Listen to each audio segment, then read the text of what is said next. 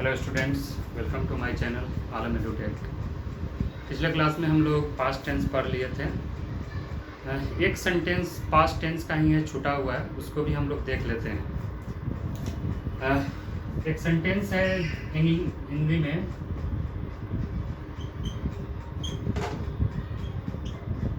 Doctor के आने से पहले रोगी मर चुका था।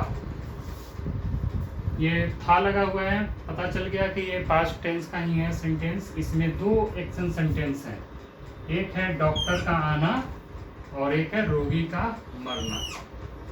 ठीक है, समझ में आया? इसमें दो एक्शन सेंटेंस है, एक डॉक्टर आना और एक है रोगी मरना। तो इसमें हम जो इंग्लिश बनाएंगे, किस सेंटेंस का सबसे पहले बनाएंगे? इसमें हम उस सेंटेंस का इंग्लिश सबसे पहले ट्रांसलेट करेंगे जो एक्शन सबसे पहले हुआ। इस सेंटेंस को हम पढ़ रहे हैं, डॉक्टर के आने से पहले रोगी मर चुका था। इसमें सबसे पहले काम क्या हुआ? मरने का काम हुआ। पहले रोगी मरा, फिर डॉक्टर आया। तो सबसे पहले जो हम ट्रांसलेट करेंगे इस सेंटेंस का करेंगे, किसमें करेंगे? मर चुका था, पास्ट परफेक्ट का जो हमारा रूल है उस हिसाब से करेंगे। और ये जो सेंटेंस है डॉक्टर का आना, ये हमारा होगा सिंपल पास्ट। इसका इंग्लिश ट्रांसलेशन इस रूल से होगा। अब बनाते हैं इसको। रोगी मर चुका था, रोगी का होता है पेशेंट, PATIENT पेशेंट। हमें मालूम है कि पास्ट परफेक्ट में सब्जेक्ट के बाद ऑक्सिलरी वर्ब हेड लगता है, उसके बाद वर्ब जो है क्रिया उसका थर्ड फॉर्म लगता है। तो यहाँ पे वर्ब क्या है? मरना। मरना का इंग्लिश होता है डाई, इसका जो V3 होगा डाइड। पेशेंट हैड डाइड, उसके बाद हम इसका इंग्लिश लिखेंगे। दोनों से कनेक्शन हमें जोड़ना है, इस सेंटेंस का इस सेंटेंस से कनेक्शन जोड़ना है। तो हमें ये पहले का जो अंग्रेजी होता है बिफोर, वो हमें लिखना होगा। Patient had died before the doctor केम।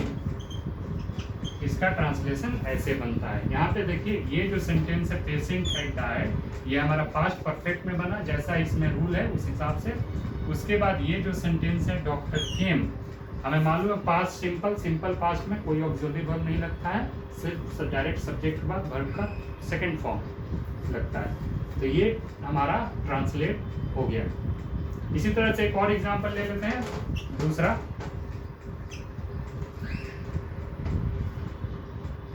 मेरे स्टेशन पहुंचने से पहले ट्रेन खुल चुकी थी, या ट्रेन खुल गई थी, जो भी हो। ये हमारा पास्ट ही, इससे सेंस जो आ रहा है वही आ रहा है। चुकी थी या गई थी, यहाँ भी चुका था या गया था, एक ही चीज़ है दोनों। गया था बोले या चुका था बोले, उससे यही बोध हो रहा है कि जो हमारा वो है एक वो काम हो चुका है, हो चुका था पास्ट में। तो मेरे स्टेशन पहुंचने से पहले ट्रेन खुल चुकी थी। इसमें सबसे पहले काम क्या हो रहा है? ट्रेन खुलना। और हमारा एक दूसरा जो इसमें एक्शन सेंटेंस है स्टेशन पहुंचना। ठीक है, यहाँ पे दो सेंटेंस है एक्शन सेंटेंस, मेरा स्टेशन पहुंचना और ट्रेन का खुलना, दोनों में के वर्ब है, एक्शन सेंटेंस हुआ ये। तो इसको बनाते हैं हम लोग। सबसे पहले इसका बनाएंगे, ट्रेन खुल चुकी थी। ट्रेन सब्जेक्ट हो गया, उसके बाद ऑक्सिलरी हैड, खुलना का स्टार्टेड या डिपार्टेड, जो भी कर सकते हैं। द ट्रेन हैड स्टार्टेड नहीं होगा, train departed. The train had departed.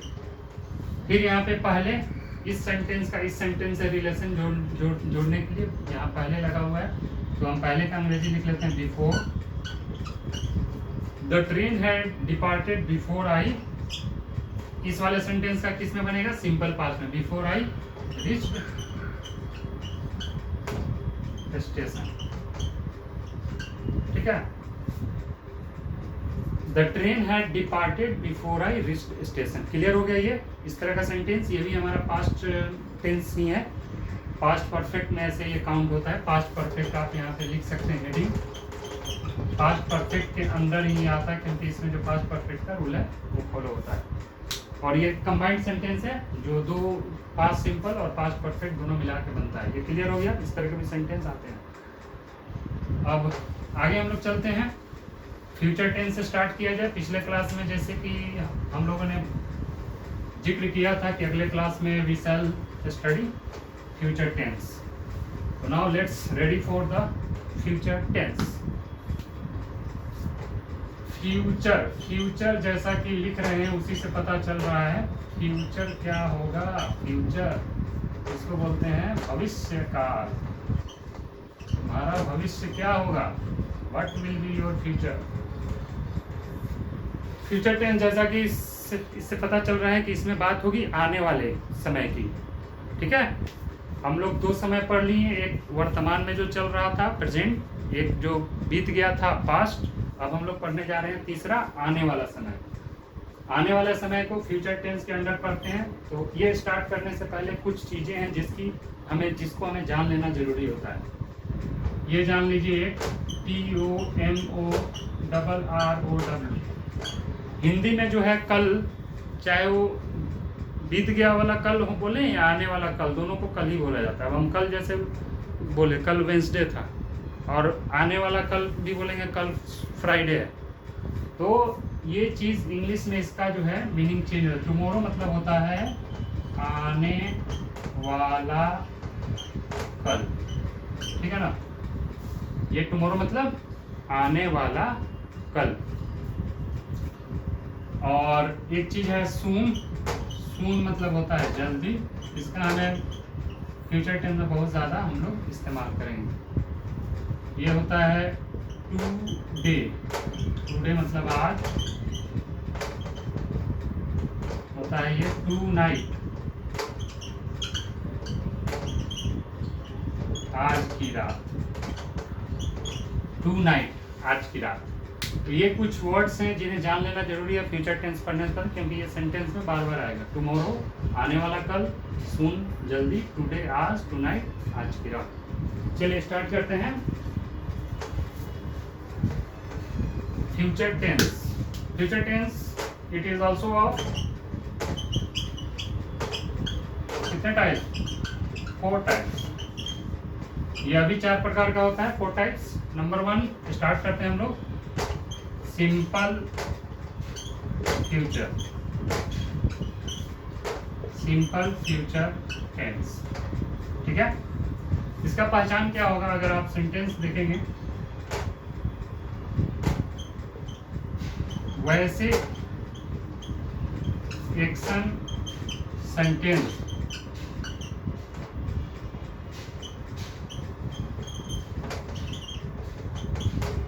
जिसके अंत में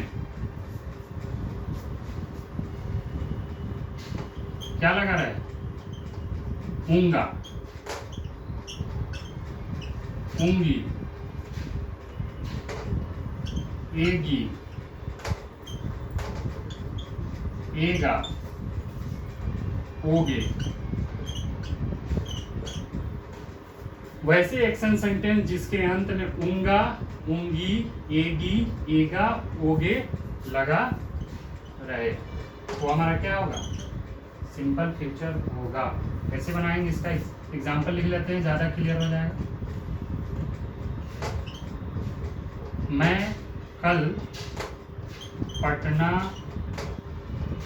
जाऊंगा। मैं कल पटना जाऊंगा, ऊंगा लगा है।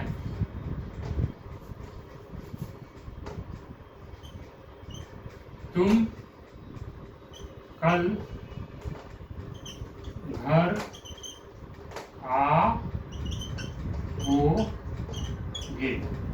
यहाँ पे मैंने 2 सेंटेंस लिखा। ये फ्यूचर टेंस का है, मैं कल पटना जाऊंगा, तुम कल घर आओगे। इसके अंत में जाऊंगा लगा है, ऊंगा इसके अंत में लगा ओगे। इससे ऐसे भी सेंटेंस देख के हमें पता चल रहा है कि ये फ्यूचर की बात है, लेकिन फ्यूचर में कौन सा पार्ट है, तो फ्यूचर सिंपल फ्यूचर टेंस। इसका बनाने का रूल क्या होता है? रूल में सबसे पहले आएगा सब्जेक्ट, उसके बाद हमारा इसमें ऑक्सिलरी वर्ब लगता है शैल या विल, उसके बाद हमारा इसमें वर्ब का फर्स्ट फॉर्म लगता है, उसके बाद हमारा अदर वर्ड्स लगता है। बहुत आसान है, इसको भी याद करना। रूल क्या हुआ? सबसे पहले सब्जेक्ट आएगा, उसके बाद शैल या विल रहेगा, उसके बाद वर्ब का पहला रूप प्लस अदर वर्ड्स। अब यहाँ जान लाते हैं शैल किसके साथ लगेगा? शैल सिर्फ आई एंड बी के साथ लगता है। विल किसके साथ लगेगा? You, they, he, C, it या किसी का नाम है। इसको ध्यान से देख लेना है। शैल लगता है आई एंड बी के साथ, विल लगता है you, they, he, C, it या किसी का नेम हो तो वहाँ विल ऑक्सिलरी वर्ब लगेगा। अब आइए इसको बनाते हैं। मैं कल पटना जाऊंगा। इसमें सब्जेक्ट क्या है? मैं का इंग्लिश आई, उसके बाद हमारा आएगा ऑक्सिलरी वर्ब। आई के साथ कौन सा ऑक्सिलरी वर्ब आएगा? शैल। आई शैल। इसमें उसके बाद आता है वर्ब इसमें कितना है? क्या है? जाना। तो आई शैल, जाना का इंग्लिश क्या होता है? गो। आई शैल गो टू पटना। कब? कल। आने वाला कल का अंग्रेजी टुमारो। ये इस वाले सेंटेंस का ट्रांसलेट हो गया इंग्लिश में। मैं कल पटना जाऊंगा। आई शैल गो टू पटना टुमारो। अब आइए दूसरा हम लोग बनाते हैं। तुम कल घर आओगे। तुम का अंग्रेजी होता है यू। यू के साथ कौन सा ऑक्सिलरी वर्ब लगेगा? विल। विल लगेगा यू विल। इसमें वर्ब कौन सा है? आना। आना का इंग्लिश होता है कम। कम मतलब जीवन कम ही होता है। You will come to home या हाउस, जो भी लिखना लिखना। You will come to home. तुम कल घर आओगे। इसका इंग्लिश क्या हो गया यहाँ translate? You will come to home या हाउस, जो भी आप लिखिए लिख सकते हैं। तो ये हमारा हो गया सिंपल फ्यूचर टेंस। अब हम लोग पढ़ते हैं नेक्स्ट। इसके भी 4 फॉर्म होते हैं, तो अगला हमारा वही होगा ना।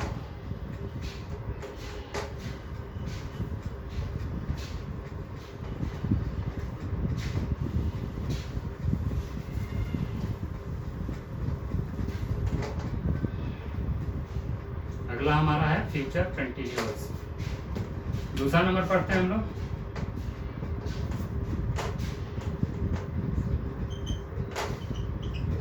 फ्यूचर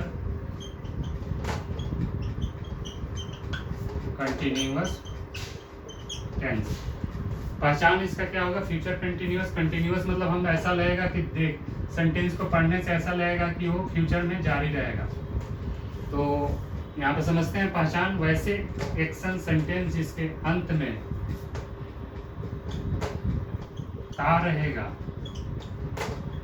टी रहेगी, के रहेगा, ता रहेगा, ती रहेगा, ती रहेगी, ते रहेगा, ता रहूंगा, लगा रहे। वो हमारा क्या किस पैटर्न पे बनेगा? वो हमारा बनेगा फ्यूचर कंटिन्यूअस टेंस के पैटर्न पे। आइए इसका रूल समझ लेते हैं। इसका जो रूल है हिंदी से इंग्लिश में ट्रांसलेट करने के लिए, पहले एग्जाम्पल लिख लेते हैं। ऐसा सेंटेंस जिसके अंत में ता लगा रहे, ती लगा रहे, तो ज़्यादा क्लियर हो जाएगा। एग्जाम्पल लिख लेते हैं। मैं पढ़ता रहूंगा। इस सेंटेंस को देखने के बाद ऐसा लग रहा है कि फ्यूचर में भी ये काम जारी रहेगा। फ्यूचर कंटिन्यूअस टेंस, वैसा टेंस जो ऐसा पता लगे सेंटेंस जिससे वो एक्शन सेंटेंस जो आप फ्यूचर में भी वो जारी रहे। मैं पढ़ता रहूंगा। तुम खेलती रहोगी। ठीक है, तो ये हमारा किस पैटर्न पे बनेगा? Future continuous. इसका रूल देख लेते हैं।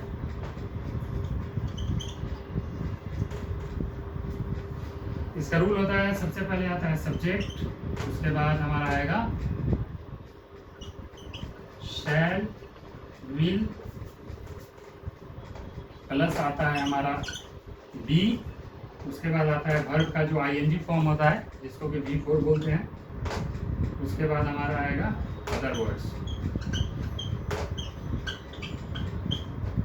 इस मैं पढ़ता रहूँगा, अब इसका हम लोग ट्रांसलेट करते हैं इंग्लिश। तो यहाँ पे हमारा है सब्जेक्ट आई के साथ मालूम हमें शैल लगेगा, आई शैल, उसके बाद बी, पढ़ना का अंग्रेजी रीड होता है और पढ़ना का रीड का रीडिंग, रीड में आईएनजी लग जाएगा तो V4 बनेगा। आई शैल बी रीडिंग, ये हमारा ट्रांसलेट हो गया, मैं पढ़ता रहूँगा। अब दूसरा देखते हैं, तुम खेलती रहोगी। इससे तुम का यू के साथ लगेगा विल, यू विल बी, खेलना का प्ले होता है, यू विल बी, आईएनजी लगा दिया, V4 हो गया, यू विल बी प्लेइंग। ये हमारा किसका इंग्लिश हो गया? तुम खेलती रहोगी, यू विल बी प्लेइंग। ये हमारा कंटिन्यूअस टेंस हो गया। ठीक है,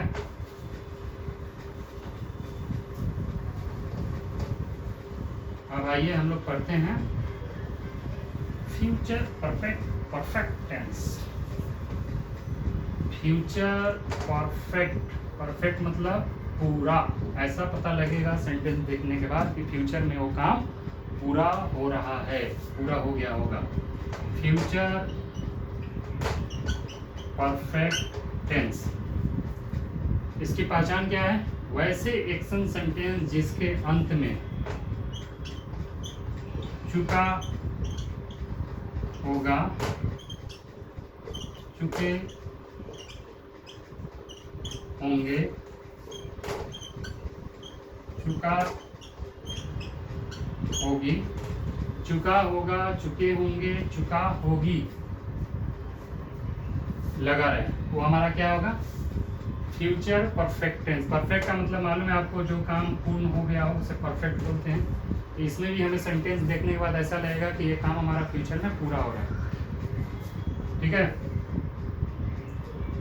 चलिए आइए कुछ एग्जाम्पल देख लेते हैं।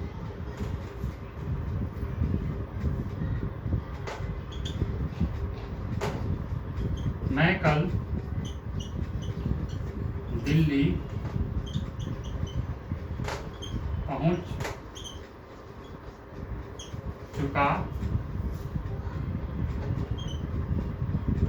ये भी पहचान एक छूट गया, चुका हूँगा। मैं कल दिल्ली पहुंच चुका हूँगा। ये हम लोग बोलते हैं ऐसे सेंटेंस जैसे कि आज हम दिल्ली के लिए रवाना हो रहे हैं ट्रेन से, तो कल हम वहाँ पहुँच चुके हैं, मतलब किसी को बताएंगे ना अब तक इस समय तक कल हम वहाँ पहुँच चुके होंगे। मैं कल दिल्ली पहुँच चुका हूँगा। ठीक है, इसको बनाते हैं हम लोग। इसका एक और एग्जाम्पल लिख लेते हैं। वे लोग काम खत्म कर चुके होंगे। वे लोग काम खत्म कर चुके होंगे। ये भी फ्यूचर में ही बात हो रही है, लेकिन फ्यूचर में से क्या हमें मीनिंग आ रहा है कि फ्यूचर में ही ये काम पूरा होने का सेंस हमें दे रहा है सेंटेंस। इसीलिए this has been kept under future perfect tense. अब how we will translate this sentence from Hindi to English. This is the rule. What is the rule? सबसे पहले फर्स्ट सब्जेक्ट, उसके बाद हमारा आएगा ऑक्सिलरी वर्ब, सेम वही चीज शैल या विल। उसके बाद यहाँ पे आता है हैव, उसके बाद आएगा वर्ब का third form plus other words. अच्छा है, हम लोग शुरू से ही अदर वर्ड्स। वैसे सेंटेंस जिसके अंत में चुका होगा, चुके होंगे, चुका होगी, चुका हूँगा, ये हमारा फ्यूचर परफेक्ट टेंस में आएगा। और यहाँ पे एक एग्जांपल है, मैं कल दिल्ली पहुँच चुका हूँगा। इसको हम लोग ट्रांसलेट कर रहे हैं इस पैटर्न से, इस रूल से। तो सब्जेक्ट यहाँ पे क्या है, आई के साथ ऑक्सिलरी वर्ब लगेगा शैल, उसके बाद क्या लगा हुआ है, हैव, आई शैल हैव। उसके बाद वर्ब का तीसरा रूप, इसमें वर्ब क्या है, पहुँचना। तो पहुँचना का होता है रिच, तो यहाँ पे वर्ब रिच का भी हो जाएगा reach. I shall have reached Delhi. उसके बाद क्या है, कल, आने वाला कल की बात हो रही है ना, फ्यूचर टेंस है, tomorrow. I shall have reached Delhi tomorrow. ये इसका ट्रांसलेशन हुआ।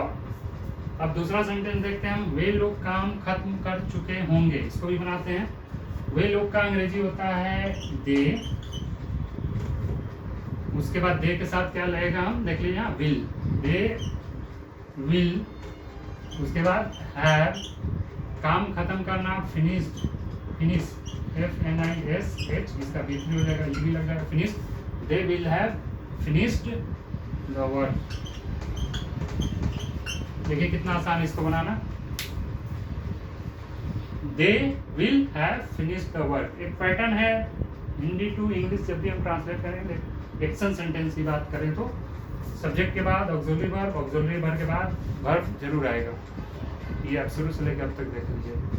जहाँ पे जिस सेंटेंस में बस प्रेजेंट सिंपल और पास्ट सिंपल में हमारा ऑक्सिलरी वर्ब नहीं लगता है, वहाँ पे नहीं लगेगा। लेकिन उसके बाद आप जितना भी देख लीजिए सेंटेंस, सब्जेक्ट के बाद ऑक्सिलरी वर्ब, ऑक्सिलरी वर्ब के बाद मेन वर्ब जरूर आता है। तो उसके फॉर्म होते हैं, उसके सेंटेंस के हिसाब से कौन सा टेंस है, पास्ट सिंपल है, पास्ट परफेक्ट है, पास्ट कंटिन्यूअस है, या यहाँ फ्यूचर की बात करें तो फ्यूचर में तो हमारे फ्यूचर सिंपल, फ्यूचर में भी हमारा ऑक्सिलरी वर्ब है, यहाँ पे फ्यूचर कंटिन्यूअस में भी है, और फ्यूचर परफेक्ट में भी है, और फ्यूचर परफेक्ट कंटिन्यूअस में भी जारी है।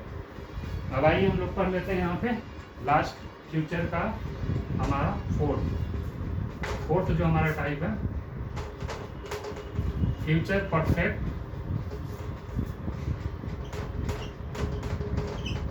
Continuous tense.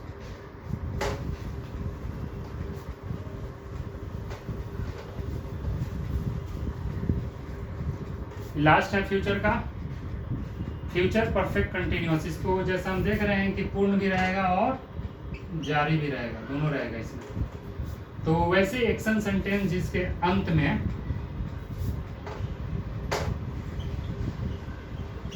ता रहेगा, ती रहेगी, ते रहेंगे, या ता रहूंगा, प्लस कोई समय सूचक शब्द होगा, टाइम डिनोटिंग, ठीक है ना, टाइम डिनोटिंग वर्ड्स लगा रहेगा। वो हमारा क्या होगा, फ्यूचर परफेक्ट कंटिन्यूअस टेंस। उदाहरण लिख लेते हैं, एग्जाम्पल, ज़्यादा आपको क्लियर हो जाएगा।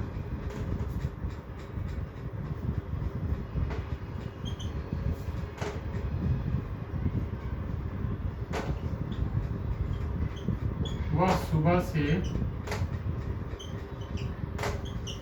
खेलती रहेगी, वह सुबह से खेलती रहेगी, ठीक है। एक दूसरा एग्जाम्पल लिख लेते हैं, हम लोग 2022 से काम करते रहेंगे। हम लोग 2022 से काम करते रहेंगे। अब इसका रूल क्या है बनाने का, जो रूल इसका है सेम उसी तरह, सबसे पहले आएगा सब्जेक्ट, उसके बाद हमारा आएगा शैल, विल,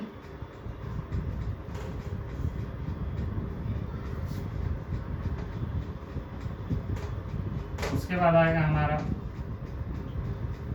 हैव, उसके बाद आएगा बीइंग, उसके बाद आएगा अदर वर्ड, उसके बाद आएगा फ्रॉम और प्लस टाइम। यहाँ पे फ्यूचर टेंस में, फ्यूचर परफेक्ट कंटिन्यूअस टेंस में सिंस का यूज नहीं होता है, इसका यहाँ पे फ्रॉम का यूज होता है पॉइंट ऑफ टाइम के लिए। जैसे हमने पहले बात किया था कि पॉइंट ऑफ टाइम के लिए सिंस का और पीरियड ऑफ टाइम के लिए फॉर का यूज होता है, लेकिन यहाँ फ्यूचर टेंस है क्योंकि सिंस का प्रयोग होने से पहले से होती हुई काम आएगी, लेकिन यहाँ पे फ्यूचर टेंस में इसीलिए उसका यूज नहीं होता है, यहाँ फ्रॉम का होगा। अब हम लोग बनाते हैं एग्जाम, पहला जो सेंटेंस है उसको ट्रांसलेट करते हैं इंग्लिश। वह सुबह से खेलती रहेगी। अब इस पैटर्न बनाते हैं। यहाँ पे सब्जेक्ट क्या है हमारा, वह, इससे फीमेल का बोध हो रहा है तो शी के साथ लगेगा हमारा विल, शी विल, उसके बाद हैव बीन, उसके बाद हमारा other word she will have, एक चीज छूट गया यहाँ पे, हैव बीन प्लस वर्ब का चौथा रूप, she will have been playing सुबह से, सुबह पॉइंट ऑफ टाइम है तो यहाँ पे फ्रॉम लगेगा, फ्रॉम टुमारो, ठीक है। वह सुबह से खेलती रहेगी, आने वाले फ्रॉम, सॉरी, वह सुबह से फ्रॉम मॉर्निंग, वह सुबह से खेलती रहेगी, she will have been playing from morning.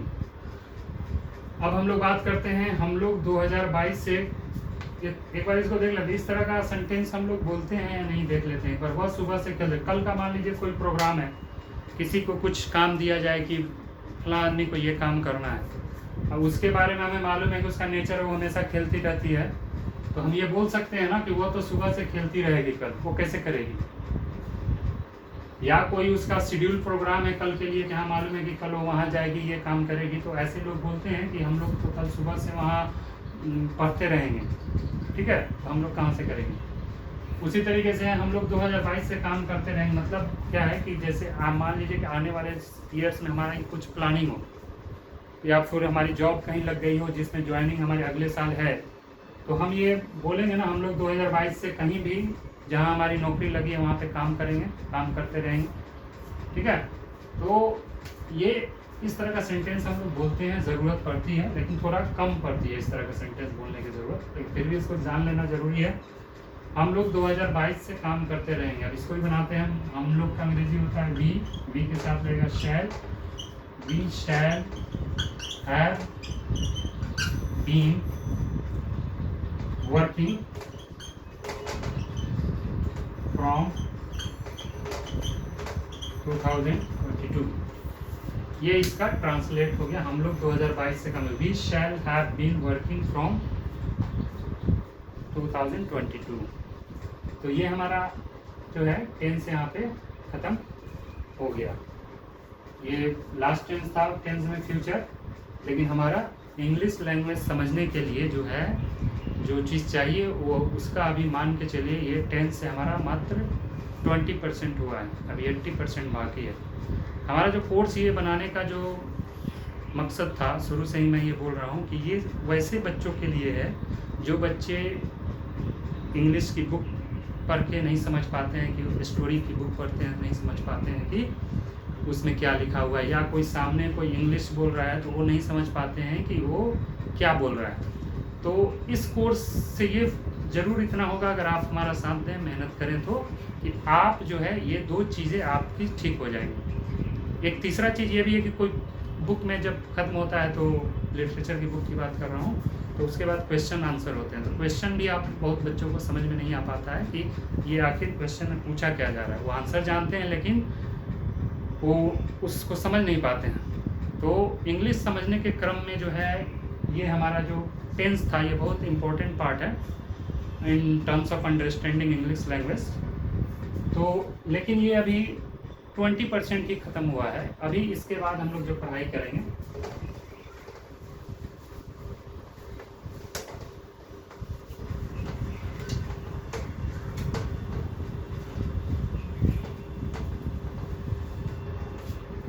मैंने आपसे एक बात किया था कि वर्ब के 5 फॉर्म होते हैं। देखिए, तो पांचों के कुछ नाम दिए गए हैं। एक नाम है हमारा प्रेजेंट सिंपल, दूसरा नाम है हमारा पास्ट टेंस, एक है हमारा पास्ट पार्टिसिपल, ये हमारा 3 तरह का, और एक होता है प्रेजेंट पार्टिसिपल। अब समझ लीजिए किसको क्या बोलते हैं। प्रेजेंट सिंपल बोलते हैं V1, जो हमने पूरे ट्रांसलेशन पढ़ाने के दौरान इसकी जिक्र की है, टेंस पढ़ाने के दौरान, कि V1 V5 इस तरह का आया है। तो प्रेजेंट सिंपल V1 और V5 को प्रेजेंट सिंपल बोलते हैं, ठीक है। दूसरा है हमारा पास्ट टेंस, V2 को हमारा जो है वर्ब का जो दूसरा फॉर्म होता है उसको पास्ट टेंस बोलते हैं। तीसरा है हमारा पास्ट पार्टिसिपल, V3 को हम पास्ट पार्टिसिपल बोलते हैं। और प्रेजेंट पार्टिसिपल हम वर्ब के चौथे रूप को, जिसमें ING लगा रहता है, ING वाले को हम क्या बोलते हैं, प्रेजेंट पार्टिसिपल बोलते हैं। V1 और V5 को प्रेजेंट सिंपल, V2 को पास्ट टेंस, V3 को पास्ट पार्टिसिपल और V4 को हम प्रेजेंट पार्टिसिपल बोलते हैं। इस तरह के बहुत सारे एग्जाम में क्वेश्चन आ जाता है कि V2 को क्या बोलते हैं या V3 को, वर्ब के दूसरे फॉर्म को, तो ये जानना भी ज़रूरी था। अब हम लोग आते हैं, हम लोग नेक्स्ट हम लोग क्या पढ़ेंगे। देखिए, हम लोग जो अब जितना भी अभी तक पढ़े हैं, एक्शन सेंटेंस पढ़े हैं। हम लोग जो भी अभी टेंस बनाए, ट्रांसलेशन बनाए, सारे एक्शन सेंटेंस के बनाए। हम ये वाले सेंटेंस को अभी छुए नहीं है। स्टेट सेंटेंस, जिसको हम अवस्था, स्टेट को क्या बोलते हैं, अवस्था, सिचुएशन, वो वाले सेंटेंस को हम अभी तक छुए नहीं हैं। तो नेक्स्ट जो हम ट्रांसलेशन पढ़ेंगे, इसका पढ़ेंगे। तो इसमें बेसिकली क्या होता है, हम इसको टेंस वाइज तो नहीं पढ़ेंगे, इसके 2 ही तरह के होंगे, प्रेजेंट टेंस और पास्ट। जैसे मैं बोलूं यहाँ पे, वह बीमार है, ठीक है, ये किसी की स्टेट बता रहा है, अवस्था बता रहा है। इसमें आपको वर्ब नहीं है। जो मेन वर्ब हम लोग पढ़ रहे थे, ईट, गो, आना जाना, खाना पीना, रोना धोना, पकाना, ठीक है, पढ़ना लिखना, चलना, ये सब इसमें नहीं लगा हुआ है। तो इस सेंटेंस को हम लोग इंग्लिश में कैसे ट्रांसलेट करेंगे, ठीक है। अब इसी का जो पास्ट टेंस है, इसी का देखिए यहाँ पे अगर हम था लगा दें, वह बीमार था, ठीक है ना। किसी आदमी से हमारी बहुत दिनों से बात नहीं हो रही, हम किसी दूसरे से पूछे कि भाई वो आजकल दिख नहीं रहा है, कहाँ है, तो बोलेगा ना वह बीमार था। तो वह बीमार है, वह बीमार था, इसका बहुत है। मैं गरीब हूँ, या यहाँ बोल दूँ मैं गरीब था। इसका मतलब क्या हुआ, यहाँ पे मैं गरीब हूँ का मतलब प्रेजेंट की बात हो रही है। पास्ट में अब मैं गरीब था लग जाएगा तो पास्ट हो जाएगा। तो इसको हम लोग कैसे ट्रांसलेट करेंगे Hindi to English. State sentence 2 तरह के होते हैं। ये हमारा टाइप 1 हम लोग पढ़ रहे हैं, टाइप 1 है ये, ठीक है। इसको रूल क्या है देख लीजिए, इसका दोनों का रूल आप समझ लीजिए। सबसे पहले आएगा सब्जेक्ट, उसके बाद आएगा हमारा इज, आर, एम, फिर आपका जो भी यहाँ पे वर्ड्स है, अदर वर्ड्स है। इसका रूल क्या है पास्ट टेंस का, जैसे यही है, सिर्फ जैसा ये है वैसा ही है। सिर्फ यहाँ पे was were, subject plus was were plus जो हमारा दिया हुआ है उसमें अदर वर्ड्स। तो ये वैसे सेंटेंस जिसमें वर्ब नहीं लगा रहता है, उसको हम लोग जैसे स्टेट सेंटेंस, शुरू में ही मैं बताया था कि स्टेट सेंटेंस वैसा सेंटेंस जिसमें मेन वर्ब नहीं लगा हो। ये किसी की अवस्था बता रहा है, जैसे बीमार है, गरीब हूँ, ये किसी की स्टेट बता रहा है, ठीक है। तो ये इसको कैसे बनाएंगे, तो बनाते हैं। अब हम आते हैं डायरेक्ट, वह बीमार है, वह यहाँ सब्जेक्ट क्या है वहाँ पे ही के साथ हमें मालूम है इज लगता है, हम लोग ऑलरेडी ये चीज़ पढ़ चुके हैं, इसको बताने की ज़रूरत है क्या। इज हमारा लगता है ही, सी, इट, किसी का नेम हो। आर हमारा लगता है यू, वी, दे के साथ, एम सिर्फ आई के साथ लगता है। ये आपको ऑलरेडी मालूम है, पहले भी आप प्रेजेंट कंटिन्यूअस में पढ़ चुके हैं। तो ही के साथ हमारा इज लगता है, ही इज, पहला बीमार है तो क्या होगा, ही इज इल। दूसरा मैं गरीब हूँ, मैं का इंग्लिश होता है आई के साथ क्या लगेगा, एम, इल का क्या हो जाएगा, मैं गरीब हूँ, पुअर, आई एम पुअर। बहुत आसानी से बन गया। अब आते हैं इसको, वह बीमार था, इसका जो रूल है पहले ले लिए, सब्जेक्ट ही है, ही के साथ वाज लगता है, और बीमार था, ही वाज इल। मैं गरीब था, मैं गरीब, मैं का इंग्लिश होता है आई के बाद क्या लगेगा, वाज पुअर। मैं गरीब था, पहले गरीब था, अमीर हो गया, इस तरह का सेंटेंस है। तो ये समझ में आया। प्रेजेंट टेंस को कैसे बनाएंगे, स्टेट सेंटेंस वाले को जिसमें अवस्था बताया, पास्ट टेंस को कैसे बनाएंगे, ये क्लियर है। अब इसका हम लोग टाइप 2 कर लेते हैं।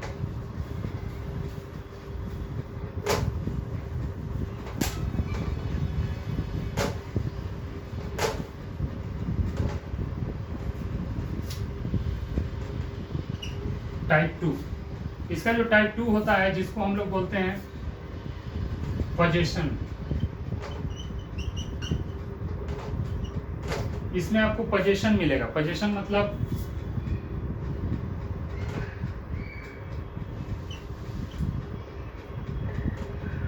पास कुछ सामान। इसमें पोजीशन टाइप 2 में क्या मिलेगा, मेरे पास कुछ सामान है। इसका एग्जांपल मैं लिखता हूं,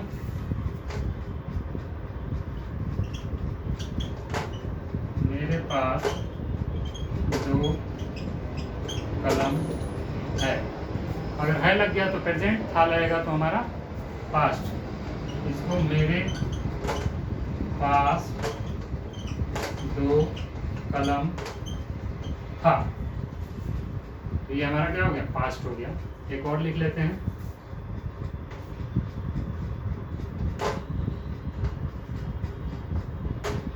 राम के पास 3 गाय है।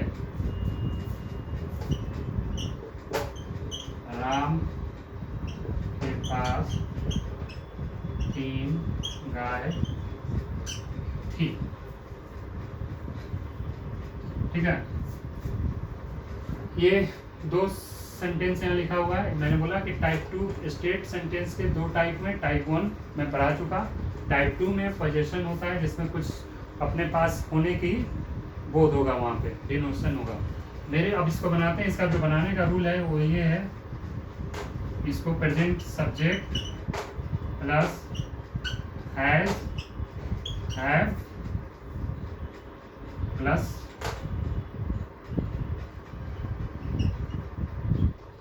Numeric plus other word.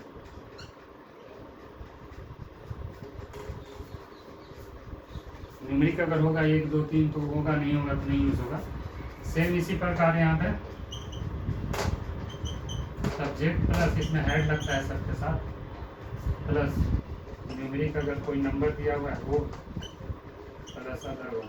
Other words में वही नाउन ही होगा, कलम, गाय, ये सारे नाउन हैं।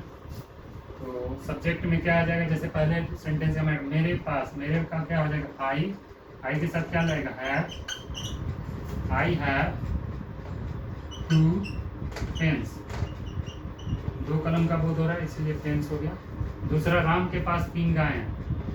राम हैज, राम के साथ हैज लगता है, राम हैज 3 काउस। एक से ज़्यादा का बोध होगा तो प्लूरल हो जाता है नाउन, तो इसलिए इस लगाते हैं, प्लूरल बनाते हैं। यहाँ पे हम पढ़ रहे हैं, मेरे पास 2 कलम था, तो सब्जेक्ट यहाँ पे क्या है, आई के साथ क्या लगेगा, हैड, आई हैड 2 पेन्स। दूसरा सेंटेंस यहाँ देख लेते हैं, राम के पास 3 गाय थी, राम हैड 3 काउस। ये हमारा हो गया टेंस ट्रांसलेशन दोनों तरह के सेंटेंस का, एक्शन सेंटेंस का जो कि हम टेंस पढ़े उसी को समझने के लिए, और दूसरा जो स्टेट सेंटेंस है, सिचुएशन सेंटेंस है। इसके 2 टाइप हुए, एक टाइप 1 जैसे मैं बीमार हूँ, तुम अमीर हो, मैं गरीब हूँ, इस तरह का, और दूसरा टाइप 2 कुछ पोजीशन, कुछ सामान दिखाएगा कि हमारे पास कितना है क्वांटिटी, तो वहाँ पे टाइप 2 में आएगा। इसको कैसे बनाएंगे, वो जैसे एग्जांपल, मेरे पास 2 कलम है, मेरे पास 2 कलम थे, इसके भी 2 फॉर्म टाइप होते हैं, present tense, past tense. Present tense में इस रूल से बनेगा, पास्ट टेंस सेंटेंस ऐसा होता है जो इस रूल से बनेगा। Is that clear? तो यहाँ पे हमारा टेंस जो है आपको दोनों सेंटेंस का समाप्त हुआ, लेकिन हमारा इंग्लिश लैंग्वेज जो समझने के लिए जो ऑब्जेक्टिव है, मेरा जो उद्देश्य है इस कोर्स को बनाने के लिए, उसमें ये चीज़ मात्र 20% हम लोग सीखें।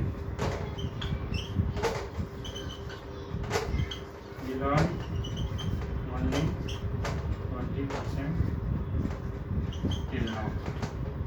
हम लोग अभी तक 20% सिलेबस पढ़ लिए इंग्लिश को थोड़ा समझ, लैंग्वेज को समझने के लिए। अब हम लोग अगले सेंटेंस में पढ़ेंगे। हम लोग अभी तक जितना भी ट्रांसलेशन बनाए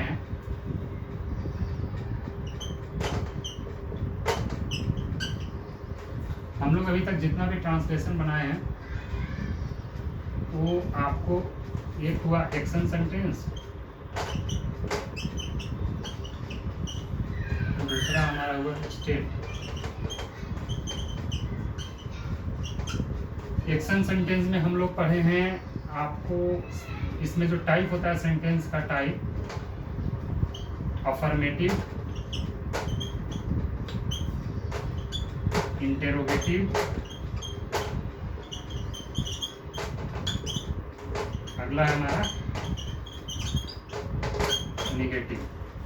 इसका भी सेम वही चीज है, अफर्मेटिव,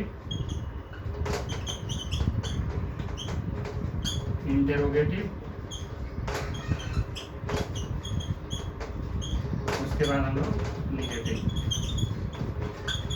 दोनों ही टाइप में हम लोग अभी सिर्फ इस सेंटेंस को पढ़े, अफर्मेटिव, जो कि ना निगेटिव हो ना इंट्रोगेटिव हो, सिंपल सेंटेंस हो, यही पढ़े अभी तक हम लोग अफर्मेटिव।